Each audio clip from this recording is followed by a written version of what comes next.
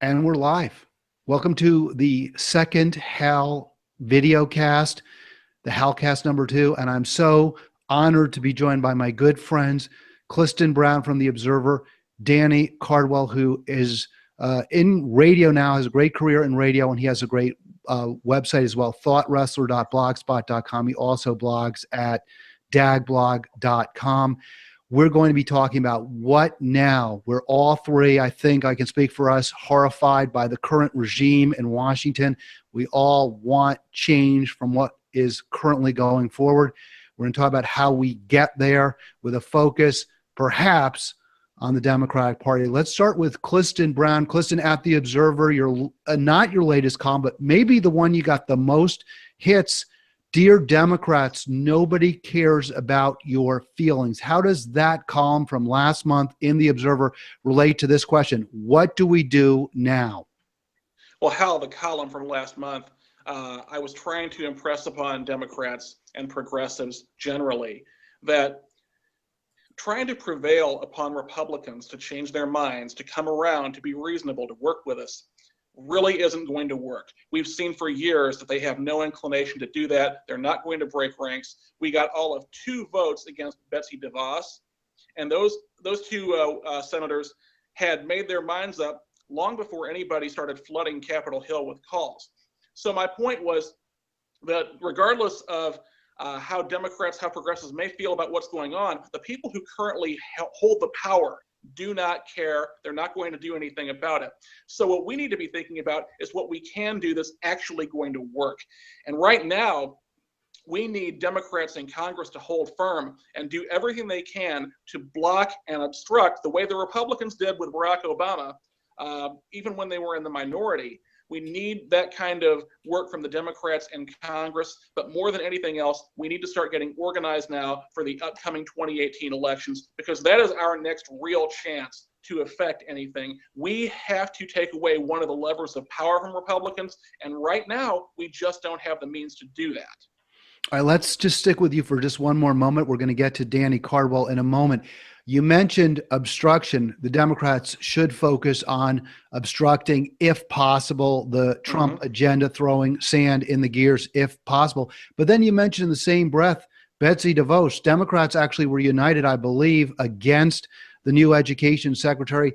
They got 2 Republican votes, but you point out that's basically kabuki theater, that those 2 Republican senators voted against her. That would be the Alaska Republican Murkowski and Susan Collins from Maine, that they voted against her knowing that it wasn't going to stop the nomination in its tracks. So it sounds as though Democrats can't do anything to obstruct Trump.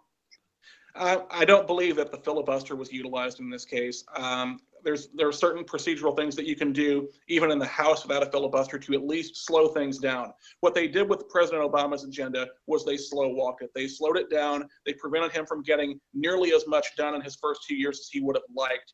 And then they were able to win the midterms and basically take away one of the levers of power.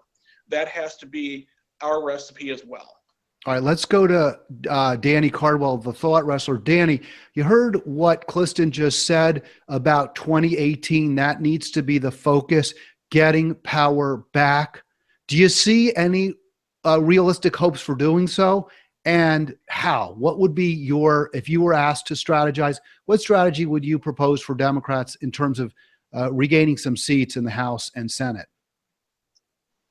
Well, we see almost weekly marches in our streets related to different groups who have identity-specific issues that they care about. At some level, local Democrats need to be organizing and, out in the streets with these people, filling out surveys, whether it's just getting email or social media contacts, getting in contact with these people and being engaged. 18 weeks is a short period of time. The organization needs to start now. I know it seems like we're always in a perpetual election cycle, but the fact of the matter is we're at a point where getting folks out and making sure that people who are engaged in participating now make sure that those people remain invested in the midterm elections. And so, one of the things that I do when we have in Virginia, we have an election every year because we have off-year elections. So that is that we're always on the ground, we're always moving. There's always a political machine in place.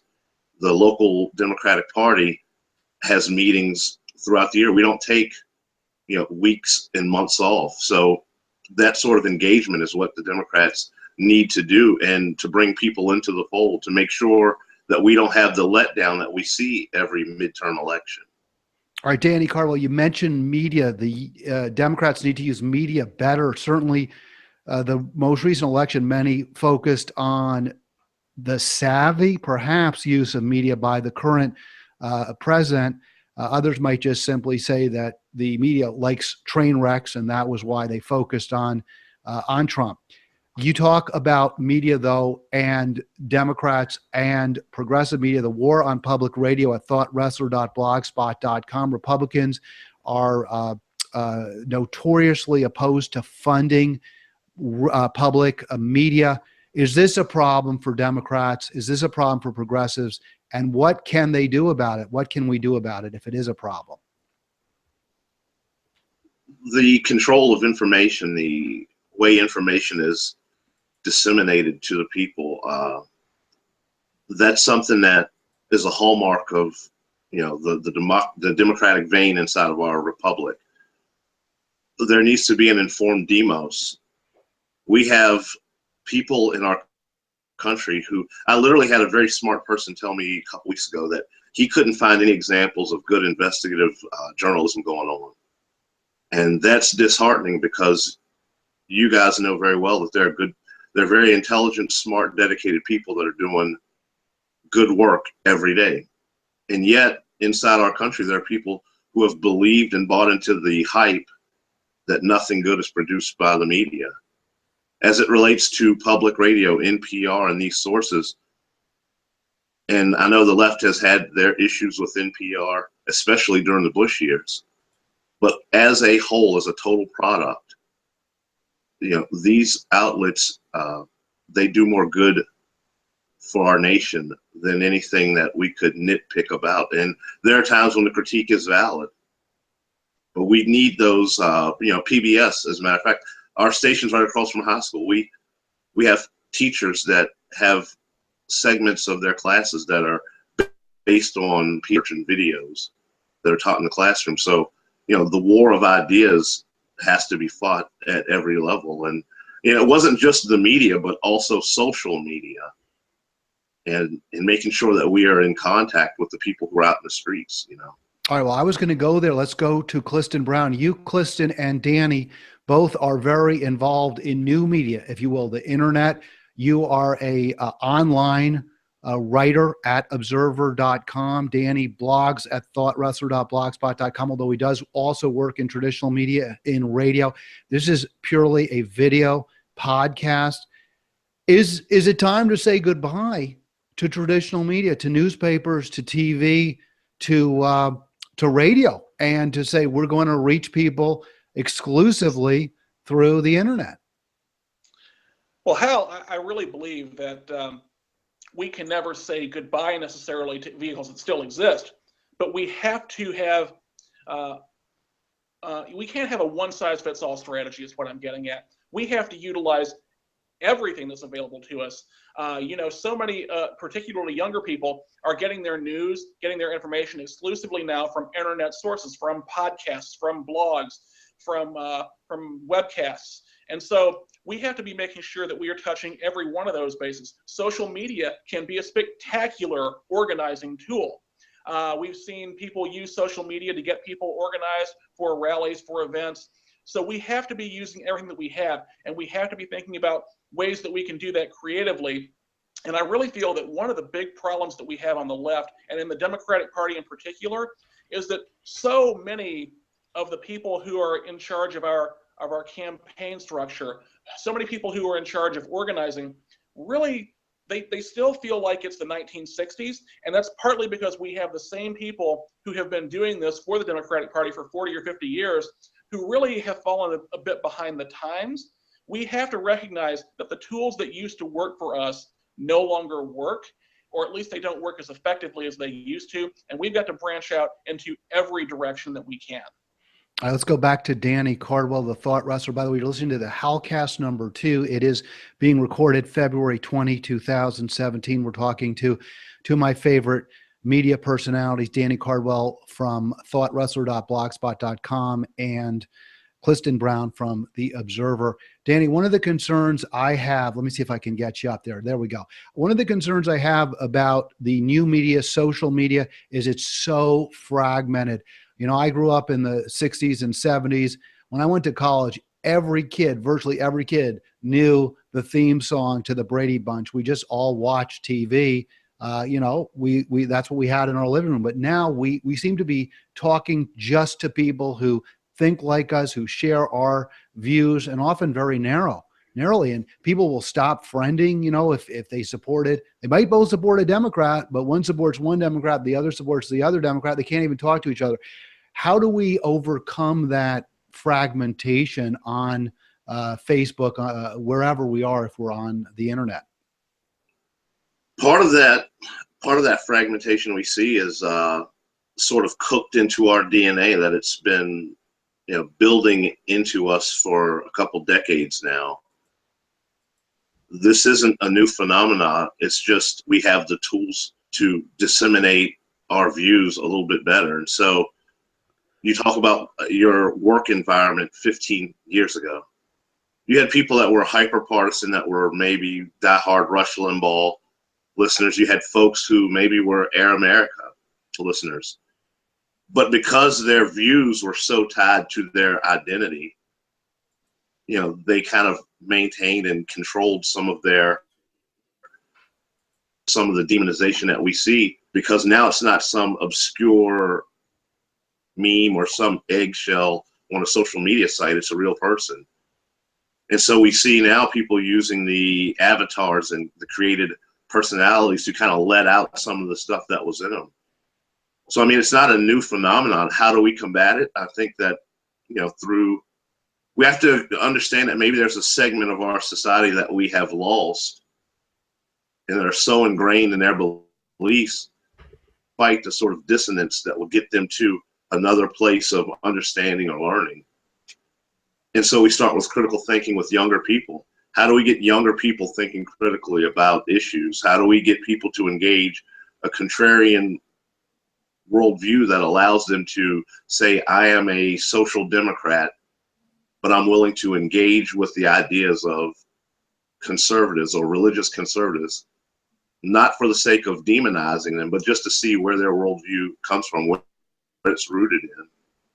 In the higher level of synthesis, you know, soften my resolve towards them, but strengthen my worldview. And, you know, that takes work, that takes time. Not everyone has the benefit of being able to sit down for a couple hours a week at a computer and write or engage with ideas. But we have to cultivate that in younger people. We see, you know, whether it's the attacks on public radio, public TV, the attacks on public education, attacks on the university system, we see thought centers, and that hurts democracy in the long run. All right. I think we got you there. That's good. Yeah. We're working out the kinks a little bit here, but the technology, I think, is working very, very well here for the Hal Ginsberg video cast number 2, the Halcast, if you will, on February 20 here, and with my two great friends. And I really appreciate both of them taking the time for us to talk about these very important issues on this February day. Beautiful day here, by the way, on the East Coast. I don't know how nice it is in San Francisco. Let's, I think we're focusing here on, you know, the fragmentation of society, how media has separated us to a great degree, and we're really not talking to each other. We need to unite, it seems, at least to a degree, to win in 2018. Let me play a little clip here from Bernie Sanders, and I want both of your reaction to this. We'll go right to the video. By the way, this is courtesy of YouTube. It's a speech that Senator Sanders gave a couple of weeks ago at Sister Giant in DC, February 2nd. So now is not the time for despair. Now is the time to be smart. Now is most importantly the time to bring the American people together around an agenda of compassion, of love, of progressive politics, and to take on the hatred and the bigotry which we see in the White House today. Now, let me stop it right there. Will that work? And let me go to you, Cliston, first. I mean, I think there's been a lot of talk about how traditional Democratic coalition is completely broken apart. And we saw even during the primaries where the Democratic nominee, Hillary Clinton, got very, very strong support. I think over 2 out of 3 African-American votes were for her. Latinos narrowly preferred Clinton, and whites narrowly preferred, very, very narrowly preferred Sanders, as I recall from reading.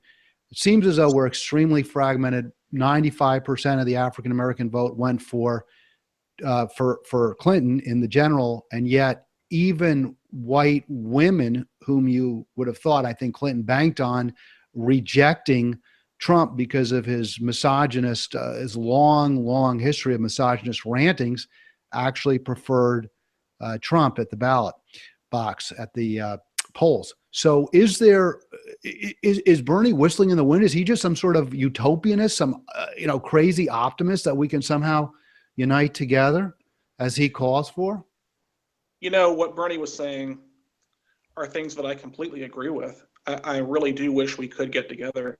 The unfortunate thing that we face here is that we do have a fragmented society, and to a large degree, and a much larger degree than we've seen perhaps in the past, it is unfortunately breaking down along racial lines.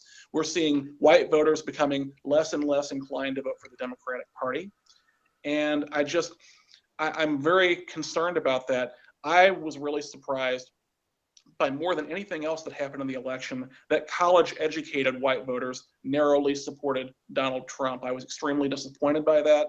I really thought that I didn't see how his message would appeal to educated voters. But in the end, you just had people who were so, their standpoint, their view was so baked in, they weren't going to vote for a Democrat or for Hillary Clinton, whatever it was. He ended up winning among people that I didn't even expect he would.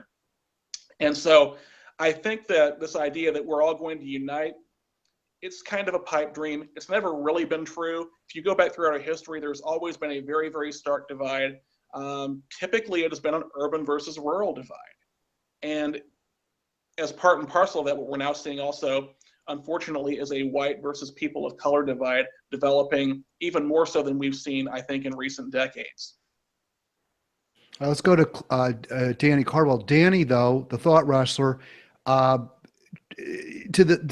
that point that the country is so divided between people of color and whites, I would note that President Obama did get about 40% of the white vote in 2008, and I think dropped a tick to 39%. And again, my numbers, these are all in memory, so I may be off, but I do know for a fact he did do better. The former, President Obama did better among white voters than Secretary Clinton did.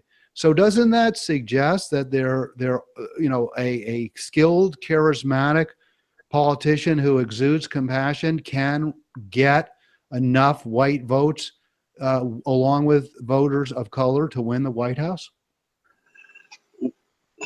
We have to understand that, Barack Obama in many ways, and I've received great criticism inside the Black community for some of my critiques of his policies.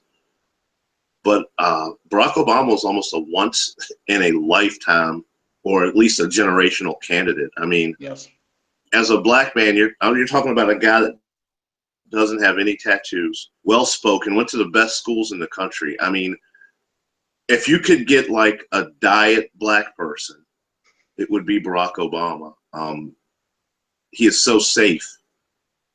And so, yeah, I mean, if we can get another dynamic sort of politician, someone who's not wooden, who's not laconic, who can, have the sort of charisma that can inspire people to come out to the polls, well, yes, that can happen. Those sort of people don't come along that often. So in lieu of that, how do we get people who have traditionally and historically voted against their own economic interest? How do we get those people to break away from some of the sort of protectionist, nativist language that's used in these hyper political times to draw them into the fold? How do we get people who see a changing America not see these changes as, you know, a bad thing? And you know, the radical someone is not something to be, you know, destroyed or feared. And I don't know how we do that, because I live in a community where about 95%, 92 to 95% white. And, you know, the idea of just one or two families moving into the community is something that falls. I don't know how we get that out of people. And we know for a fact that there are people who have traditionally in the Blue Ridge Mountains of Virginia, all along the Appalachian Mountain Trail, you know, coal mining countries, the heart and soul of America as you listen to country western songs. You know, how do we get these people to understand that someone can look a little different than them and be just as American as they are? I don't know. All right, let me go to. Is it utopian? Do you want to go in, Cliston? Was that you, or Danny? Had you finished? I'm sorry. Was a pregnant? Well, I just, you know, is it utopian? I mean, I wouldn't say utopian because it's hopeful, and hope is very important. I just don't see enough evidence for optimism to come into play. All right, let me play and let me stick with you for just a little longer. We're going to go back to Bernie Sanders. This is a minute or so past where we left off at the Sister Giant speech, and he responds to both of you in terms of how to reach voters across the color line, and I want your reaction to this. Again, where some people may disagree with me, but if you think that everybody who voted for Donald Trump is a racist or a sexist or a homophobe, you would be dead wrong. All right, let me stop it there for a second. Does it matter whether the Trump voters were motivated in part by racial animus? And Sanders is going to get to a bunch of other reasons that he believes that Trump voters may have voted for this disastrous autocrat who's taken over our country. But should we worry that much? And there's been a lot in the media about and dueling arguments. Sanders says they're not all motivated by racism, and I've read some studies, I think in Demos and other places, that suggest that racist attitudes correlates very highly with voting for Trump. I guess my point is, even if somebody is a racist, can they be reached based on arguments that have nothing to do with racism, but appeal to other interests beyond their fears or their anger, resentment, or even hatred towards another group of people? And let me stick with you, Danny, and then we'll go to Cliston. The reality is that, you know, I know people who supported Donald Trump that I believe have dealt with issues of race better than his more core constituency. So, I mean, you know, it's almost a straw man to say that all Trump supporters are racist. I don't think anyone believes that. I think the issue is that how comfortable some people were with the racism, that it didn't close the door for them. I mean, could you imagine a similar situation with a similar candidate who espoused anti-Semitic remarks? And I mean, this candidate would have been taken down immediately. We wouldn't have tolerated this. And yet we have people that can say, well, you know, it's just sort of the brown people and Muslims. I mean, I don't really understand them. And the Mexicans, they're jumping over the fence. I mean, I have one of my best friends is a Puerto Rican woman, 5 beautiful kids, and the amount of ignorance she and her husband and her children have suffered, and citizens, you know, never even been to South or Central America. And that's a problem. I mean, you know, that's a problem. That's a real thing. And so, no, it's not that everyone was a racist, but it's like some of the xenophobia just didn't disqualify. That's that's disheartening when you walk into a room full of people that you know supported Donald Trump, and you're trying to figure out yourself, well, I can't look at this person and tell, well, maybe this person's a bigot, and so that's a disheartening thing. There's real fear that people are dealing with. I want Cliston to follow up on this. If Danny and Bernie Sanders are right, Cliston Brown, by the way, Cliston Brown from the Observer, observer.com. And I always find the easiest way to find your work is just Cliston, Cliston Brown, Observer. And I just Google that, because any other way I get confused and lost. So that may be what you want to try. Cliston, if Danny is right, if Sanders is right, is that not every Trump supporter is a racist, then has the Democratic Party failed in its messaging or in its policies in terms of reaching out to those potential Democratic voters? Well, I think the Democratic Party's messaging has been very, very weak for a very long time. I had a conversation with a friend of mine about a week ago, and we were talking about Hillary's messaging during the campaign. And I made the observation that I think essentially, at least for most of the public, the campaign that Hillary Clinton ran in the general election against Donald Trump was essentially the same campaign that George H.W. Bush ran against her husband in 1992. Oh, he's a scumbag, he's a horrible human being, he's not presidential, he has no character.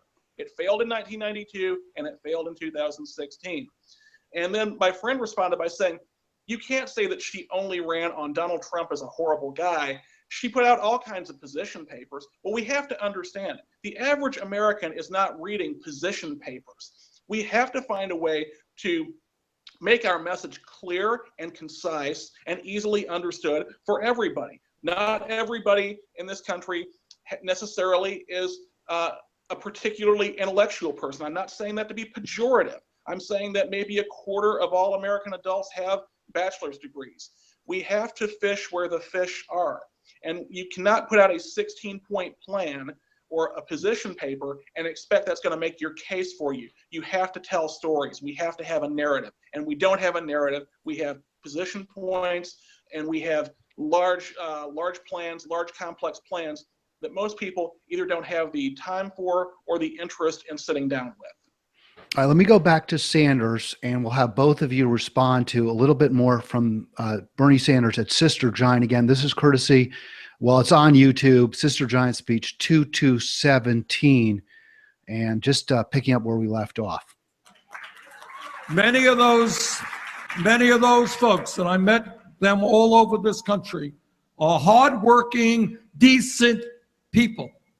But they are asking questions like, how does it happen I am working longer hours for lower wages?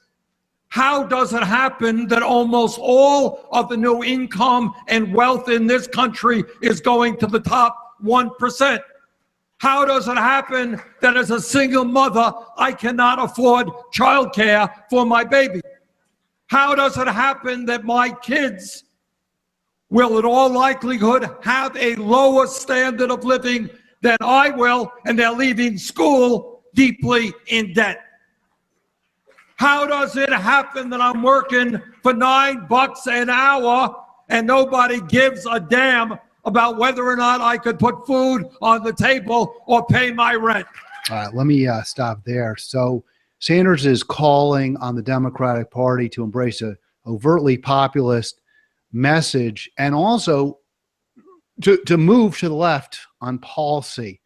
Is he right objectively, Danny, A, and B, would that have made a difference, do you think, in this election? Could that change the results going forward in 2018? Well, the nuances of our economic system, the nuances of our political machine, are often usurped by one or two word catchphrase. So everything Bernie Sanders said just in that clip, I inherently agree with, and I don't think that he's wrong. I think that there's real animosity and real struggles that people are having. But the moment he talks about the top 1%, the right has into socialism, and he's out to take this and he's out to take that, and he's going to change America. and there's one step from socialist to communist. And so that sort of red baiting that we see, that machine that the right has put in place, critical thought.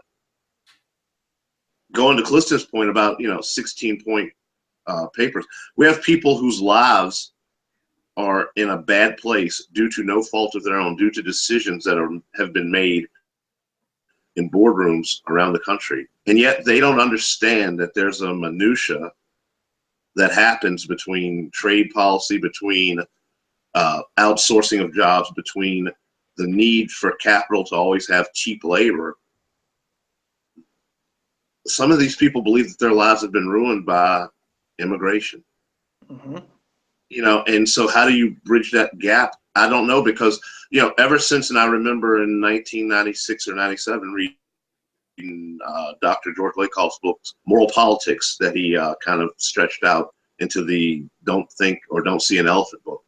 But ever since then, the left has come up with a cottage industry of Matt Ba books or Jeffrey Nunberg books, where we think that if we come up with one slogan or one pitch, that we'll do that. And we're actually losing the battle, because while we're writing in long, compound, complex sentences, the right is clipped, sentences that undercut every effort that we're making. So is it impossible? No, but we have to really address the strategy. I mean, Bernie came off very well in the campaign. Bernie has done himself an even bigger favor by showing the sort of commitment and dedication to, after he lost, he's still on the ground every weekend. And that's admirable. I don't know how we combine his message and get people to accept the economic realities on the ground. That's going to be the challenge, and that's where 2018 and 2020 will be decided, if we can do that. All right, just a few more questions. Great conversation here on the Halcast with Danny Cardwell, the Thoughtwrestler, and Cliston Brown from The Observer. Cliston, I did want to follow up with you on some of Danny's remarks and on Sanders' remarks. You made the point to me, actually, in a Facebook colloquy, that while Americans may actually agree with Sanders to a very significant degree, the courts, and specifically the Citizens United decision, makes it almost impossible for Democrats to embrace an overtly socialist message, even if, in terms of the details, as Danny pointed out, most agree with him, because so much money will pour in from corporations against any politician who dares raise her or his voice against their power. Doesn't Sanders' success, and perhaps to a lesser extent Elizabeth Warren's success, suggest that those fears are overblown? And given the rise of social media, a cheap, a campaign run relatively cheaply, relying on small donations, could actually break through? Or am I, again, being a utopianist? I wouldn't say you're being entirely utopianist. And in fact, I would say that we have to start thinking out of the box like that, as we've had issues, especially during the 2016 campaign, with the reliability of media coverage. We have to find ways to get out of the box, think about social media type grassroots efforts. That's something that we have to do. But the unfortunate thing is that a flood of corporate money can still bury you. And what we have with the Citizens United decision is an inability for any level of government to control those kinds of unchecked campaign contributions by special interests and by wealthy people. And so we're in kind of a quandary. On one hand, people are disgusted, and rightly so, by the notion that wealthy interests can buy our politics. On the other hand, it's very, very difficult to win an election without money. So what do? It's really a catch-22 situation. But I think that what you said about thinking outside the box and looking at other ways to get this across, we really have to see where that can go, I think. I really do believe that we've got to try everything that we can. But unfortunately, the only way we're ever going to be able to end the influence of Wall Street is if we have a lot of money. That's just, it's a quandary. I don't know what we do about it. but we've got to win elections to get power. And the name of the game, you know, Mark Hanna, who was the chief political advisor to William McKinley back in the 1890s when McKinley was running for president, he said, there are only two things that matter in politics. The first one is money, and I've forgotten what the second one is. Well, that was Karl Rove's spiritual great ancestor, it sounds like, Cliston. He was. But also Karl many... Rove was a big fan of McKinley and Mark Hanna, and really modeled his vision for the George W. Bush presidency on the McKinley-Hanna partnership. But wouldn't it be fair to say that at least since Citizens United, I've seen some articles too in the New York Times and other places, that the Democrats have basically embraced that same model. They haven't been creative except for Sanders. Mm-hmm. I think that would be fair to say. All right, let's go back to Danny. Let's try to end on an optimistic note if we can with Danny Cardwell, the Thought Wrestler. Danny, you've talked a lot about in the past with me and in your writings as well, the importance of organizing locally, of going to town hall meetings, expressing one's views. But Cliston has made the point that, you know, we can rant, we can rave, we can complain, we can ask questions, but in the end, if we don't take position, if we don't win elections, if we don't win those county council seats, those school board seats, then we're ultimately not going to be able to drive policy. So do you see that organizing on a local level as actually the goal is ultimately to win, you know, seats on city councils and mayors' offices and the like? Well, you know, here's the area, and I can only speak to the politics involved, and we are in the reddest of red areas in the Commonwealth of Virginia. It comes from the engage. We have had people singularly stop bills at the county of Dominion Power and other entities. So sort of working with the kind of moderate centrist Democrats who could get elected in our area, they have to be pro Second Amendment, sort of the guy next door with a hunting and fishing license to get elected. And what I've seen during the course of the last few years is that more and more of these Democrats, when some of the bigger social issues, they are sort of on our posts for, say, Obamacare. But it seems like more and more these Democrats are ready to push parts of the coalition out of the tent in order to maintain power. And so at a local level, we can raise up the sort of candidates who starts at the school board, maybe runs for board of supervisors, the next election runs for a delegate seat at the state level and goes forward. We can launch those sort of careers, saying that, you know, our sphere of influence, I can affect what happens in my county seat much more than I can what happens in Richmond. And so to get to Cliston's point of power, you know, we have to grasp what power we can and then try to make the next step with it. All right, let's get the final word from Cliston on Danny's point and emphasis on organizing locally and hoping to at least win some elections and bootstrapping therefrom to maybe state level and ultimately national level politicians. Go ahead, Cliston.